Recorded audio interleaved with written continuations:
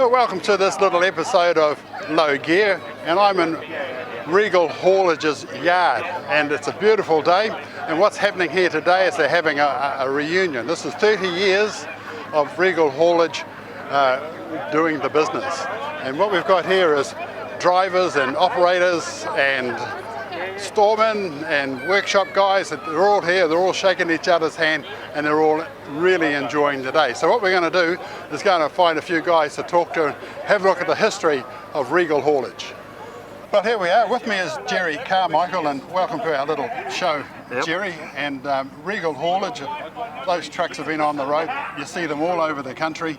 Great big huge bins, yep. And they just get on doing what they do. But they had to start somewhere. Yes, yeah. And is it the old R series, is that what they started with? Yeah, pretty much. Yeah, we came from Kalwari down to here in '88, in November 88, August 88, the 8th of the 8th, 88 is when we started. Good year.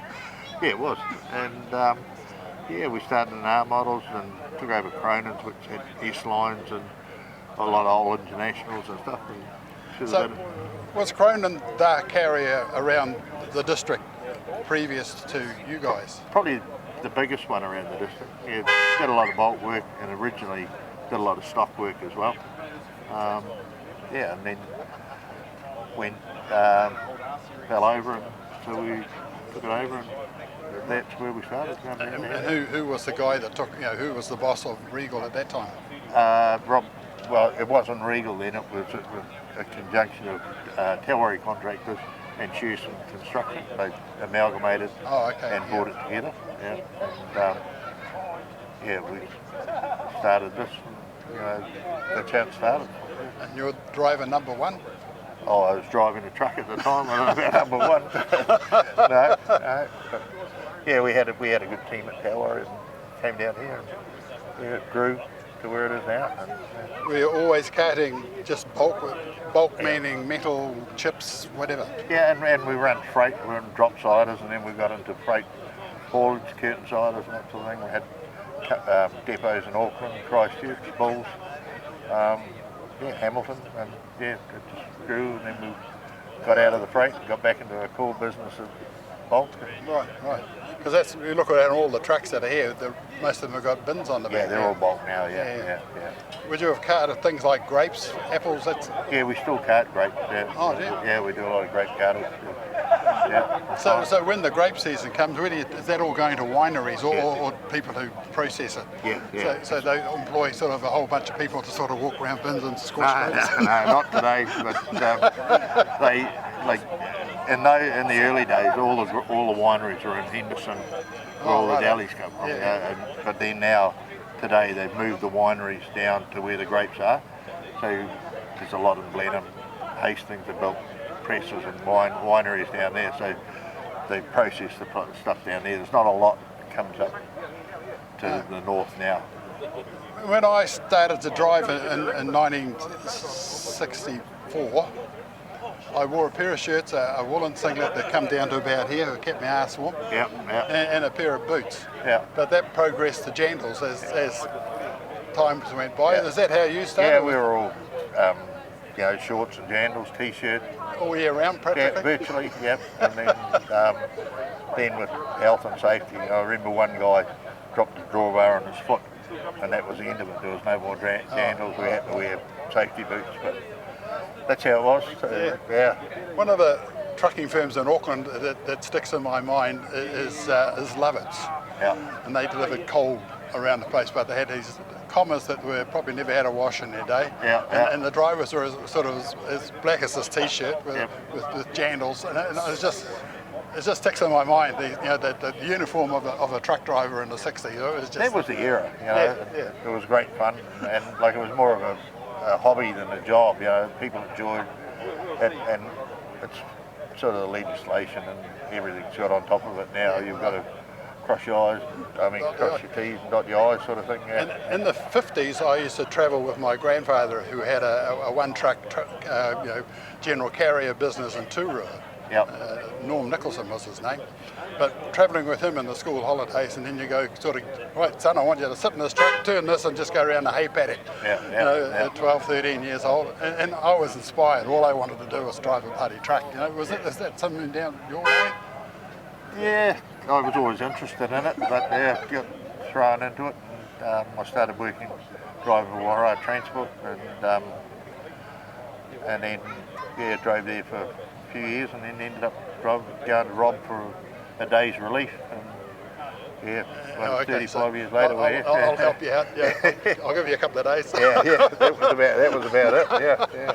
Now tell me about the colour scheme. I mean, the Regal, I see that doesn't look anything like what's here today. No, well, it's a bit of a transition. Like Tauri were maroon with a yellow stripe, and then when it came down here, Shersons were red with white, and Alexanders were part of that group of trucks, and they were the yellow, so they amalgamated them all into one and ended up with this. Wow. So we've got the yellow, we've got the red, we've got the gold. Yeah, sort of the history of the three companies sort of all together. Yeah. So did you drive this? I have driven this. This used to be a Tauri truck. Oh, right. I've driven it. And did you have R-Max? Yeah. This used to cart, it had a hard body semi on it, and it used to cart cornflakes from Sanitarium in Auckland to Cornflakes? Big boxes of cornflakes to Sanitarium in Palmerston, and then do malt barley out of Palmerston back to Auckland. I would have loved to have been, driving along on that. Yeah, oh, it was Get great. pulled over by a cop. Yep. What? It only weighed, probably only had 4 or 5 tonne of cornflakes on, but it didn't take you long to load it. It had a 40-foot semi on it, and it would take you a half an hour to stack these huge boxes of cornflakes. And off the farming you'd go. And it was like you had 800 horsepower because you never slowed down. There was no weight on it at all. It was great. And the guy, Les Gordon he's in Morrinsville, he drove it full time doing that. Yeah. I'm just thinking, this is fascinating to me that you open up get home, breakfast, cornflakes, take the lid off and pour it into your plate, and sort of put a peg on the packet or something, put it back in the cupboard. Yeah. But it's been in a truck, barreling along the road, great big. No, that was just a regular run it did. Right. So, and then later on it got just pensioned off to be the transporter, towed the transporter around for a lot of years. Wow. Did a bit of freight, when they were short of a tractor in it, they'd hook a freight semi on it and off it would go. So as an American truck, these are pretty popular. They were in their day, But just getting an American truck in the first place is, all the tariffs and all the rest of it was pretty difficult. Yeah, no, they run a pretty good shop, and the motor truck in those days, was pretty good to deal with. Yeah. It's amazing. Now on the front there's a dog. The old bulldog. Did you have a gold one? I see this has got a silver one. Did you ever have a gold dog? No, always silver. Yeah. That's interesting. Sitting in this, it's narrow, and then you get into something like the DAF over there, which is full width cab. Yeah. When the day that you went from this, like driving a TK Bedford or something like that, and then you get into this thing that's full width, and you're sitting way over here, and it must have seemed miles to the other side of the truck. It took a lot, when you get out of a full width cab and hop into one of these, and you're coming down onto a one-way bridge, and you think, where do you go? A lot of guys say you line the bulldog up with the side of the road and all that sort of thing, but everybody had their own idea, but it's just judgment. Let alone go across the harbour bridge. Yeah. But they were a great beast in their day. Yeah. What are the highlights of your career driving for Regal? Oh, just general, we, in the day, it was more of a hobby than a job, all the guys were great, good camaraderie between guys, had a lot of fun, and it was a hell of a lot of fun. Yeah. We all had a special way when somebody we knew went past the other guys. Mine was just to get up and that was all part of the act in those days. Yeah.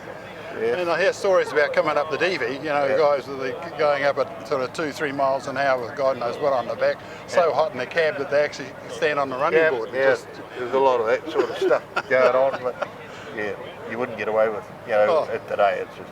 Well, that's what makes it fun. And but the thing is, these things today are getting along the road as fast as a car, where in those days you were slowing down for the hills. Today, the gear doesn't slow Lockie down. Griffin said, I never thought I'd see the day when trucks would be changing up, going up hills.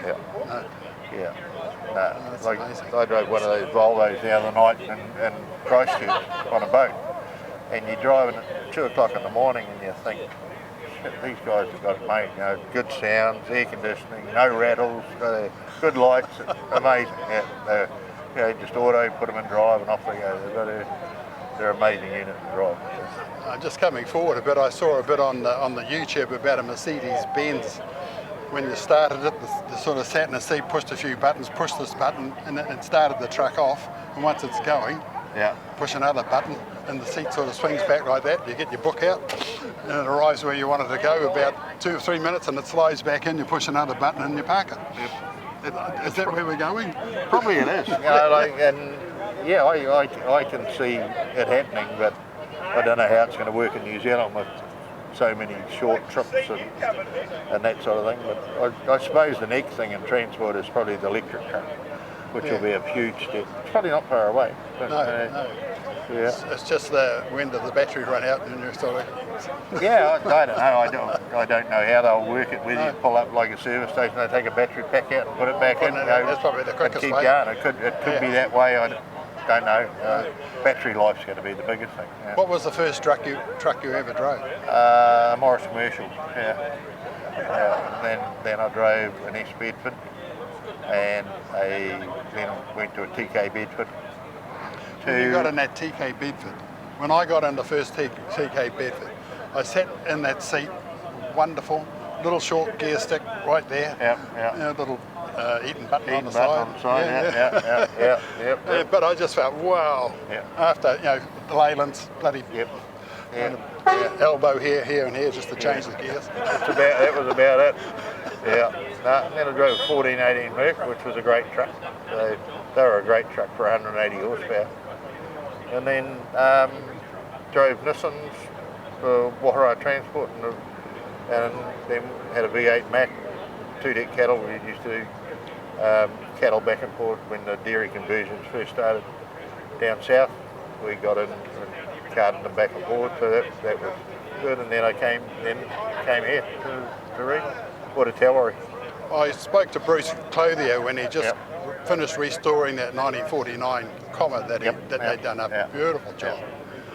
But he was showing me photographs. As soon as you got it, that comma, on goes a trailer, it's 132 horsepower or something, loaded to the gunnels. And you didn't really tie too much down in those days. He just stuck it on and off you went. That was it. I worked for Bruce for a few years, and rest in peace, but he was a good mate as well, which was good. He was one of the very sort of legends of the industry. Would get away with anything, or try anything.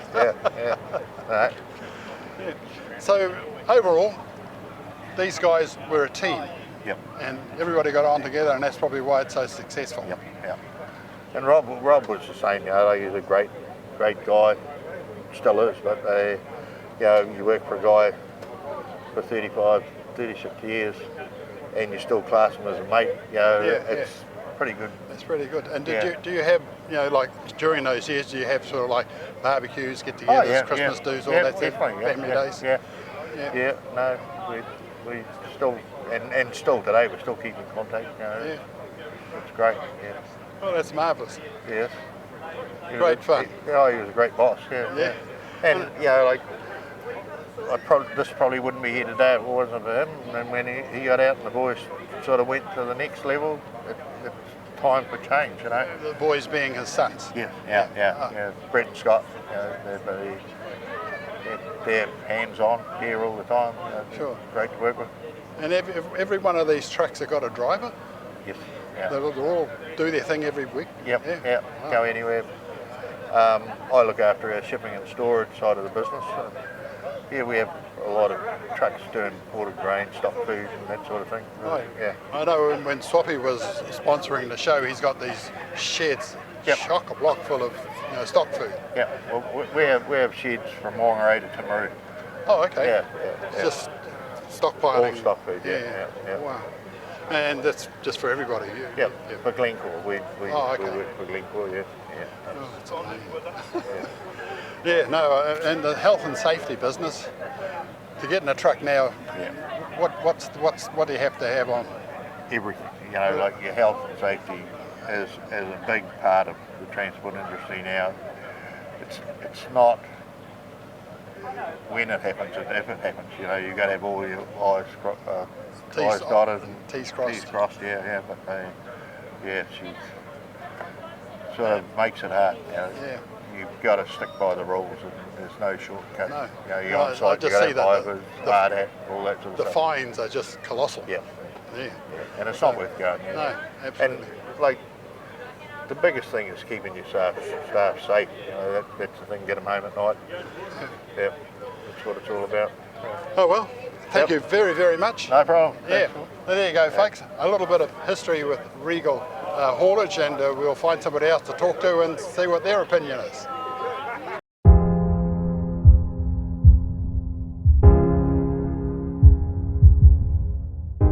Jenner's Worldwide Freight. They provide simplified, custom-built solutions to your supply chain needs. Their 37 years of experience and their team of experts find the answers to your freight challenges. They work hard to understand what matters most to you and your clients. Check them out at www.jenners.co.nz. That's www.jenners.co.nz.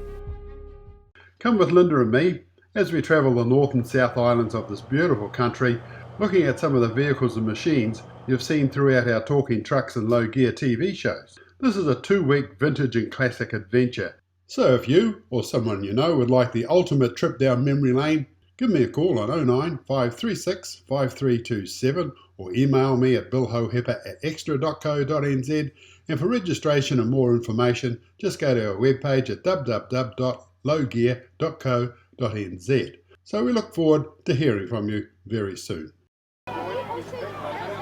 With me is Pop, and everybody around here seems to have a nickname. Yeah, we've got Axel. But anyway, this is one of the trucks of the fleet back in the day. Yep. Beginning of Regal. Oh, okay. Well, that's pretty flash. So they got these and R-Series Max. There was only one of these. Oh, was it? They came from another firm that was acquired. Oh, okay. It used to be AB and Ivy Hall. Is this your mod? Did you make this? Sorry? Did you make this? No, my son got this made for me. I'm very, very pleased with it. Yeah, absolutely. Brought a few tears to my eyes. And is this dirt? Bit of chip, Line chip. And that's some things you would have carted back in the day? One off, yes. Yeah. Wow. Yeah. So Jerry was saying there's grapes, there's all sorts of things carted around in those big bulk containers. Yeah. And this would have had a trailer? Yes, 3-axle, only a 3-axle in those days. Oh, okay. Yeah. Went through, had 2 or 3 different trailers. Wow. Yeah. Yeah. What's the horsepower, do you remember? It was 892. Oh, okay. Yeah. Oh, nice. Awesome. Well, there you go, folks. There's a little replica of days gone by. Well, we've spoken to the older drivers. Now let's have a chat to one of the newer drivers. With me is Teresa, and Teresa, we don't really see too many female drivers, particularly driving an enormous rig like this, 20 metres that way and sort of 8 feet wide or whatever that is, 2.5 metres wide and as high as almost to the sky. But here you are, I mean, you're sort of not a very big girl. No, 5'6", I think. Sitting in a monster truck like this. Now, how come you decided that truck driving was a career for you? Always ridden around in trucks as a kid. My dad's friends was in loggers, and just started passion from there. Always sort of liked trucks, and then Mike was driving for Regals, and dispatch kept on hounding me, when are you getting in class 5, when are you getting in class 5, and got my learners and spent 5 weeks in a 9-axle like this with a guy, and when I got my class 5, they helped me get my class 5. And here you are. Yep. Now tell me, I mean, it's a big rig, but driving this thing is like driving a car. Everything's power this, power that, power something else. Well, my one is an 18-speed Road Ranger, so I've still got to change gears. Oh, okay, and this is automatic. Yep, 12-speed automatic. So yeah, this one you stick it in auto and away you go. So 12 speed, does that mean you're driving the top 8? Well, you know. Well, yeah, the top ones most of the time. I mean, Yeah. only the low ones when you hit the climb lines. Sure. Now, do you enjoy driving for Regal's Haulage? Yeah, no, they're really good, yeah. And I was talking to Jerry back there, who's the original Yeah, guy. yeah. And he was saying it's more like a hobby than a job. Do you find that the same? Well, it's if you've got a passion for it, it's all right, Yeah, isn't it? It's absolutely. really good. So it's great that you were inspired to drive a truck. I mean, I was inspired to drive a truck just sitting in with my granddad back in the day, you know. Yeah, yeah, But yeah. one of the, health and safety being what it is these days, is you've got a little doofer here. Just explain that to me. So these handheld remotes, they work, PTO, Power takeoff. yep, power takeoff, your hoist, So push another button and the hoist goes up. yep, and So you don't have to pull a lever and pull another, no, turn you've one only around. got to just undo the levers at the back of your truck for Oh, your okay. Safety. for your locks, Yep. and press another button for your trips, another button for your electric covers to roll back and roll forward, and So when did that come in? Do you know? You had to have a cover over. I mean, back in the day, it was just open. You put I'm a not load too on. sure. and- It's just like Regal's like always having the covers over, Sure, even when yeah. you're empty. You've got covers over to prevent the wind getting in the bins. It's more fuel efficient, and Oh, okay, sure. And you're not dust and stuff isn't flying out over the car behind no. you. Whereas you got your likes of your old Max and that over there with your wind over covers, and it's at it every day. It's yeah. pretty hard in the winter time when you got stiff covers and. I just remember when I was driving a Bedford, 7-ton Bedford, and they put a load of something on the back, and then you had to climb on the back with a shovel and sort of spread it all out so it was relatively even. And Yeah, you yeah. put the shovel back in this little slot, put a bit of string around it or Yeah, rope, yeah. and back in the cab and off you went. So those days obviously are long gone. Yeah, and I mean they've got no ladders and that on these Volvos, so we're not allowed to climb up on our loads or anything. We still get in our bins, but that's about it. So the GPS are in all the trucks, and you've got one there. Yep. So you can your job comes up. Your job comes up. A job like we got normally you have 3 jobs that will come up on a screen. Yeah. Like so we basically don't hardly talk to dispatch. Job comes up, you can press navigate. That's touchscreen. Yep, and it'll take you exactly to where you need to go, which is pretty cool. It'll take you right to the gate. So with these 9 axles, they are heavies, 58 that's right. tonners, so Great they've actually got to certain routes and Right. certain bridges that you're not allowed to go. Sure. So yeah, And that tells you everything you need to know. It's all Yep, there. yep. So there's no excuse for you getting into trouble. No point in getting lost, is it? And do you get weighed up much? Only like CVIU and that sort of thing, but we when we load, we weigh out or. Oh, right. So you know exactly how much it weighs before you even go. Yep. I'm just blown away.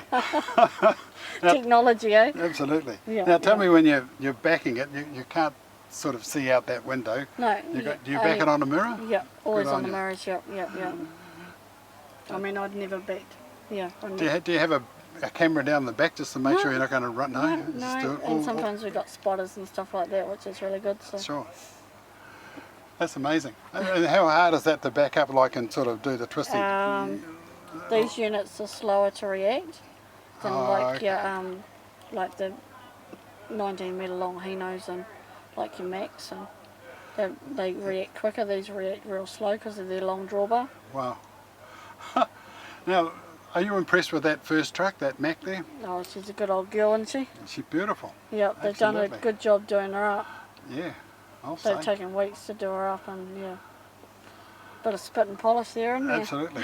Now, speaking of that, do you go to the polish sort of days? You know, Oh, sort of like truck shows and stuff. that's right. Get Oh, to, okay. yep, when So- you can. So is it your job to clean wheels, and you go to get them with the toothbrush everywhere and just really get Oh, I it haven't sparkling? been to truck shows, but yeah, no, we've got no wash in the yard anymore, so we use Cleanco in Hamilton or Oh, okay. Tauranga or Right, Auckland. right. So yeah, you just drive through and the boys Yeah. get in there and do the work for you. I'm just looking at the bloke there in the shorts. Looking at him with his rugby shorts, Yeah, black singlet, yeah. and sure he's wearing shoes. But I'm sure he wore jandals back in the time, and I was talking to Jerry, and and myself as well. Just a pair of shorts, black singlet, and a pair of jandals, and off you went for a day's work, you know. No, And you wore that pretty much. Now there's zip boots, steel kit. It's compulsory now. Yeah. Well, have we come a long way? Do you think? Yep. And yeah, with these guys, they build their own trailers and everything. Oh, and, okay. So the aerodynamics of this trailer with the sloped bin, so we can get higher in sheds. Yes, and that's fuel economy. Yeah. So what about the emissions thing? Did you put what? Do you... All these are got AdBlue. Oh, righto. Yeah. All the Volvos. Wow. Yeah, so we've got an AdBlue here. So when you wake up in the morning, do you think to yourself, I'm going to drive my truck today? Yes! Yep, yeah, I do. Yeah, I love getting in it. And yeah, I'm on today off, tonight off, and tomorrow, and on a coke boat on Sunday. So yeah, on the night shift. How do you find that? Yeah, no, it's right. It's All good. right. It's good. Do you have a family at home? No, just me and the husband. So yeah. Oh, okay. And he drives a truck as well? Yeah, he drives one of these. So. Oh, okay. Yep. So you meet in the middle somewhere? Oh, meet wherever. Oh, good on you. If you see each other, you see each other. If you don't, you don't. It's like, where are you going today? So life's an adventure for both of you. But yeah. Teresa, how many other ladies work for Regal Haulage? 6, so 7. 7 me. altogether? Yeah. Are they all as big as you? Pretty much. Some of them, yeah, just like me, they just had not much experience and, yeah, giving us girls a chance, you know. Good on them. Well, there you go, folks. Regal Haulage, they're doing it for the community and us. Yeah. And, well, an absolute pleasure talking to you. Yeah, Thank you very much. Thank you. And, yeah, good luck with the driving. So there you go, folks. Regal Haulage even employ, dare I say even employ young ladies to drive their trucks, and good on them. Hi everyone, my new book, Talking Trucks, is now available. I'll just read you what Alex McClellan of McClellan Freight in Balclutha had to say in the foreword. This book is the result of many miles travelled, many people met, and many vehicles and machines documented. As people pass on, their stories go with them. So it was great that Bill and Linda could document their stories, not only for their historic value to New Zealand, but also to the families of the people who took the time to pass it on through Bill's shows. I think this book goes some way to honouring that responsibility. Thank you, Alex. I also spoke to Gavin Abbott, and Gavin, as you know, is an author himself, written something like 6 or 7 or 8 trucking books, and he said, well, Bill, as you know, I've read a few trucking books in my time, but I have to tell you that this book is up there with the best of them. So there you go. If you'd like to get your copy, the easiest way is to go to our webpage at www.lowgear.co.nz or flick me an email, billhoheper@extra.co.nz, or perhaps even just give me a call, 027 277 0717, and we can sort out the details. So there you go, Talking Trucks, now available, and maybe you get your copy for a gift for Father's Day. Well, in the evening, everybody went for dinner, and after dinner, drivers and others got up and spoke about the old days. And in every table there was this little book, 30 Years of Trucking with Regal Haulage. What we're going to do now is something I've always wanted to do, and with the help of my friend who's a conductor and has his orchestra, he's recorded this little bit for me, sent it down the wires, and now I can play it. So as I said, I've been trying to do this for years, and now I'm able to do it. So watch this.